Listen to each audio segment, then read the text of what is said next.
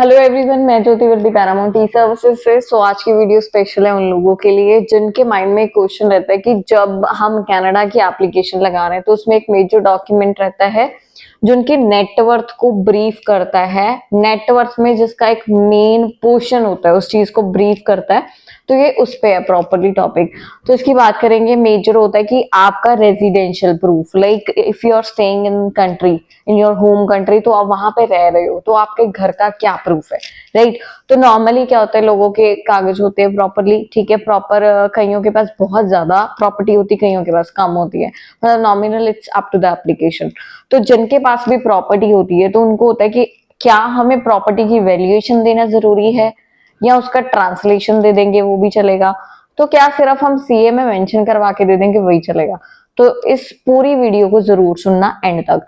तो मैं इस चीज पे इसलिए ये टॉपिक बना रही हूँ क्योंकि कई क्लाइंट्स हैं जो हमें खुद बोल देते हैं कि नहीं, हम वैल्यूएशन नहीं हम देंगे, हम सीए में डलवा के दे देंगे।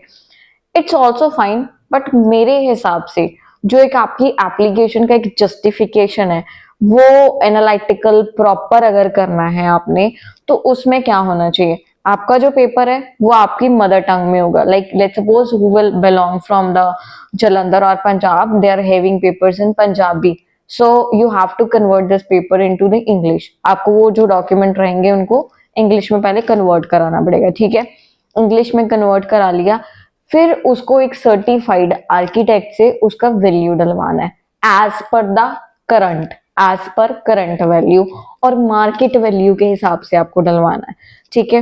फिर अगर वो डॉक्यूमेंट आपकी, let's suppose somebody will from West Bengal और अदर साइड्स, तो उनके भी डॉक्यूमेंट कुछ ऐसी अदर लैंग्वेजेस में होते हैं, बंगाली में या किसी में, तो उनको भी वो ट्रांसलेट करवा के देना। क्यों? क्योंकि जब आप एम्बेसी की साइट खोलते हो, ओपन करते हो, वहां पे कहीं पे लिखा है कि you are eligible to submit your documents in Punjabi? वहां पे बिल्कुल नहीं लिखा हुआ। और इधर हिंदी, गुजराती, बंगाली। तो अगर साइट पे नहीं ऑप्शन दी हुई है देन डेफिनेटली इट मींस कि आपको वो डॉक्यूमेंट जो है अपना उसको इंग्लिश में कन्वर्ट कराना है। अब कन्वर्ट तो करा लिया, मतलब उसका प्रॉपर हमने ट्रांसलेशन कर लिया and that is about to 4 to 5 pages, right. अब एम्बेसडर इतना फ्री नहीं है कि वो आपकी उस प्रॉपर्टी के पेपर्स को पढ़ेगा कि पहले वो इसके नाम थी, फिर उसमें इतना रकबा आएगा, इतनी ये चीजें आएंगी, इतना उसका मतलब इतनी चौड़ाई है, इतनी लंबाई, ये चीजें वो नहीं पढ़ेगा, राइट।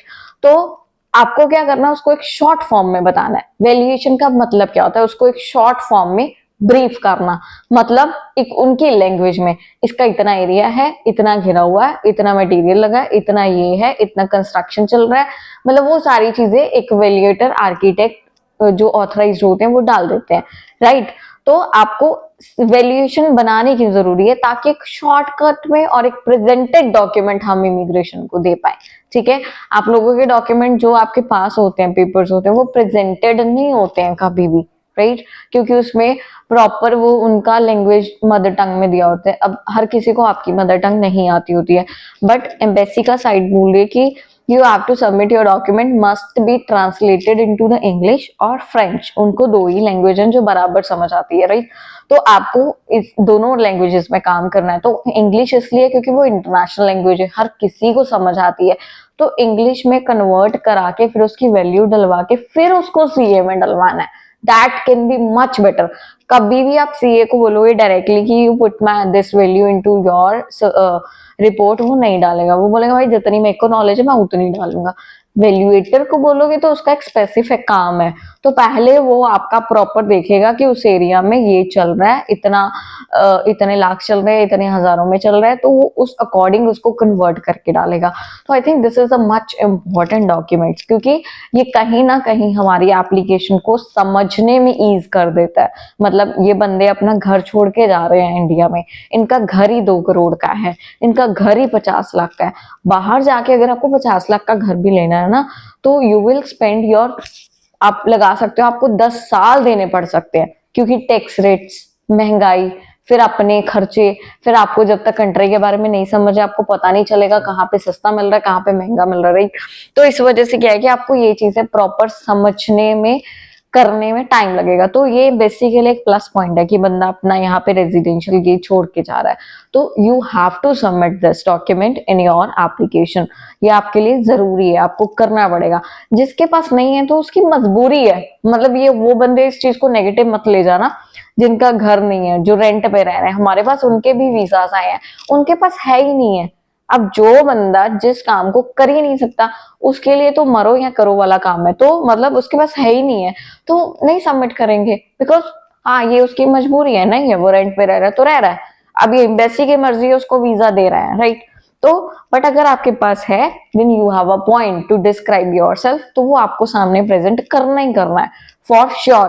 कई लोग होते हैं जो मतलब अपने आप करते हैं नहीं नहीं हमने तो सीए में, तो वो करवा लो, वो सीए में भी करवा लो, तो इतना मच मतलब इतना इफेक्ट नहीं होता, सिर्फ अमाउंट का होता है। कि मेरे को जो मेरा प्रैक्टिकल एक्सपीरियंस रहा है, बाकी जरूरी भी नहीं है, कई सीए भी बहुत नाइस होते हैं वो डाल देते हैं, right. So it's totally depend on the person to person.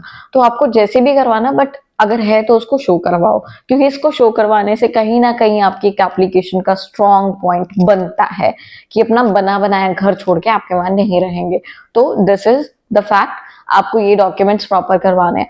और मैं क्यों ये चीजें आप लोगों को बता रही हूँ, बिकॉज आई वॉन्ट कि एप्लीकेशन अप्रोप्रिएट जाए, प्रॉपर तरीके से जाए। ऐसे ही वीजा रेशियो नहीं मिलता है। अगर जो मुझे पर्सनली जानते हैं या जो मेरे ऑफिस में विजिट करते हैं उनको पता है कि मैं नॉमिनल काम करती हूँ, नॉर्मल एप्लीकेशंस में हमारा ये रेशियो रहता है कि पर डे एवरी डे कोई ना कोई सक्सेस स्टोरी हमारे पास आई होती है। तो दिस इज ये इसलिए क्योंकि अपने काम को प्रॉपर करना है। लोग सोचते हैं उनके फोन उठाने से वीजा आएगा, ऐसा कभी नहीं होता है। अगर आपके साथ डीलिंग चल रही है, हो सकता है हमारे पास भी कोई बैठा हो या काम कर रहे हो, एक बार फोन नहीं उठाया कोई दिक्कत नहीं। अगर आपको 4 दिन भी कॉल नहीं आ रहा हमारी तरफ से, then there is a problem, right. तो आपको पेशेंस लेवल रखना है, डॉक्यूमेंट पूरे देने हैं, वेट करना है। मतलब काम को ये नहीं ये मैंने करके दे दिया आप करो, आज मैंने फाइल चेक करी तो सुबह तक सबमिट कर देना। अगर मैंने नहीं चेक करी, आपके चेक करने से कुछ नहीं होगा। तो वो जब तक मेरे से नहीं चेक होगी, मेरे को 4 दिन बाद टाइम लगेगा, then I have to check on that time. Check करूंगी तो मैं सबमिशन करूंगी। पेशेंस के साथ अप्लाई करो प्रॉपर। ये मत सोचो कि मेरी एप्लीकेशन यहाँ से लग रही है तो वीजा ही आएगा। दोनों चीजों के लिए प्रिपेयर रहो अपने आप को, दोनों के लिए। नहीं तो कईयों से रिफ्यूजल के झटके भी बर्दाश्त नहीं होते हैं, तो आपको दोनों चीजों के लिए प्रिपेयर रहना है। रिफ्यूजल आ जाते कोई दिक्कत नहीं है, दोबारा अप्लाई हो जाएगा, तीसरी बार हो जाएगा, चौथी बार हो जाएगा। आप सर्विसेज देखो वो कंपनी आपको क्या दे रही है। तो इन चीजों को लेके प्रॉपर ट्रांसपेरेंट रहेंगे हम आपके साथ, और आपको ट्रांसपेरेंट रहना है हमारे साथ। प्रॉपर चीजें सुन के देख के समझ के फिर एप्लीकेशन लगाना है। So I think this video is much information, मतलब बहुत अच्छी इन्फॉर्मेटिव अगर आपको लगती है तो इसको सेपरेट भी जरूर करना। Thank you.